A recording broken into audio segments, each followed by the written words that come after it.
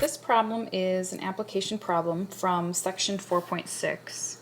In fact, I'll kind of squeeze that up here. And 4.6 is dealing with the quadratic formula. So, couple things. Remind yourself, any application or word problem like this will be on the calculator portion of the exam. Obviously, you aren't expected to do something like this without your calculator. So let's read through the problem. It says the distance required to stop a car can be approximated by the following equation, where d is the distance in feet and m is the car's speed in miles per hour. Part A says Jim is a detective for the highway patrol and came to an accident site that had tire skid marks that were 330.6 feet long. Using the quadratic formula or calculator, he determined the speed of the car. What was the speed? So again, because you can use your calculator, you could easily do the quadratic formula because this is in standard form, right? You could also use your calculator, put this into your graphing calculator and take a look at the graph, and you can calculate zeros, like which are x-intercepts, the max and min if you need the vertex. So you could also certainly solve this many other ways. So remind yourself, it's in standard form. You have both an a and a b and a c. So you can't solve by square roots because you can't square root an m. You can only square root an m squared and a constant. You could use completing the square.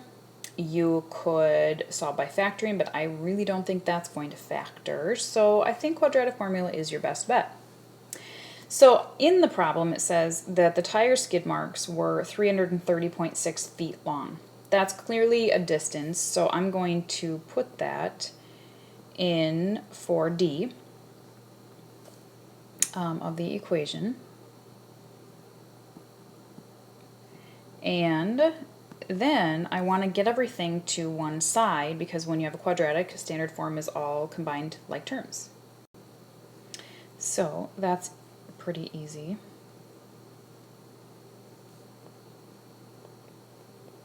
If I subtract the 330.6, that works out kind of nicely to 315. Now, again, I'm going to use the quadratic formula first, and then I'll talk through the calculator process. So I know that A is 0.07, B is negative 0.4, and C is negative 315. I'm going to bypass part B here and kind of work downwards here. So using that equation, I'm going to use the quadratic formula, and I'm going to use m instead of x since our variable is m. So the opposite of b will be 0.4 plus or minus b squared minus 4 times a times c all over 2 times a. So simplifying the math a little, let's see, negative 0.4 squared is a positive 0.16, minus, oops, that's not a point, sorry, let me erase that, minus 4 times 0.07 times negative 315. If I multiply all that out, it's going to be positive, first of all, and it's 88.2. And the denominator is 0.14 when I multiply that out. So 0.16, I can simplify this more. 0.16 plus 88.2 is 88.36. That's 0.14, sorry. Okay, and I'm going to scoot this down some more. And then I'm ready to dump that 88.36, square root that in my calculator, and I get 0.4 plus 9.4 is the square root of that. Definitely would not have been factorable. So I know that if I take 0.4 minus 9.4, that's going to be a negative number, and I'm dealing with miles per hour here, so that's not going to make sense. So I'm going to disregard the negative part of this and just do the plus part because the other doesn't make sense. So 0.4 plus 9.4 divided by 0.14 is 70 miles per hour. So that means this car was clocked at 70, well, not clocked, but the skid marks show that the car was going 70 miles per hour. Now, not too bad, a little bit of work, but obviously, you know, you've got your calculator to help you out.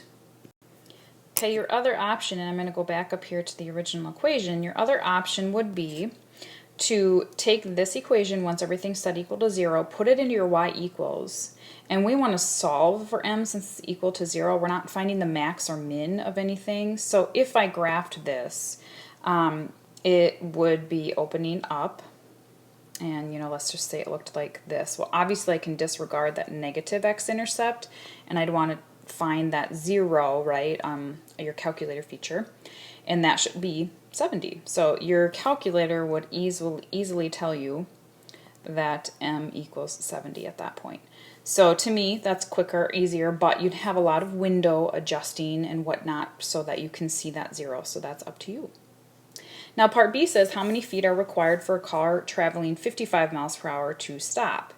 So we are now given the speed.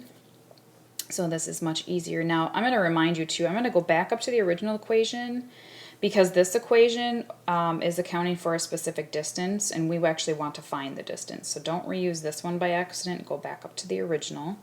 So 0.07 times m is now 55 miles per hour. So I'm going to replace all of the m's with 55. And then it's just a matter of dumping that into your calculator, which should be very, very simple. And that is 205.35, and that's feet. So that is how far that car would require to stop. Okay, this problem involves the falling object equation, which you should be familiar with, although I'm going to add a tiny piece on here just in case you run into a problem where you need this little tiny piece.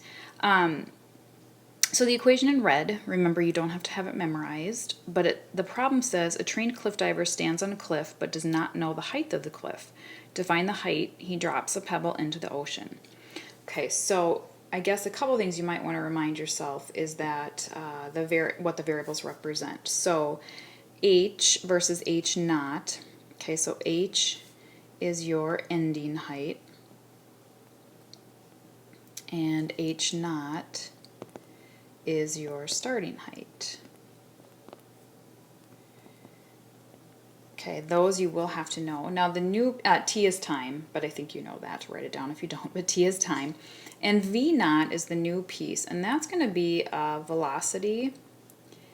Okay, so if you are throwing something or giving any sort of exertion to an object, that's obviously going to be velocity. Now this problem, the cliff diver is just dropping a pebble, so he's not giving any velocity here. So this piece right here in our problem is going to be 0, but if he was throwing the rock, then whatever that speed was would be your velocity. So just in case you run into that. So it makes it a little bit easier. So part A says write an equation for the height of the pebble in terms of time, and assuming we don't know anything. So of course that equation is just negative 16t squared plus h naught because we have no velocity. Now in part B it says it takes approximately 3 seconds for the pebble to hit the water. How high is the cliff? So this is time. So if you are standing on top of a cliff and drop a pebble into the water, then we can assume the height of this cliff is unknown, the initial height, but the ending height would be 0 because that's going to be when it hits the water. So I can put 0 in for h because that's when it's going to hit the water. And I know my time is 3 seconds, so I can put that in. And I'm solving for h naught. So if I simplify this a little, that's negative 144, and then of course I would add 144 over there. So my initial height is 144. I guess we don't have units here, but don't forget your units. So if it were feet or whatever. So pretty easy problem. Now if I did have velocity, this equation would be obviously much more challenging to solve because you'd have that, you couldn't solve by square roots, you'd have to maybe use the quadratic formula or something like that.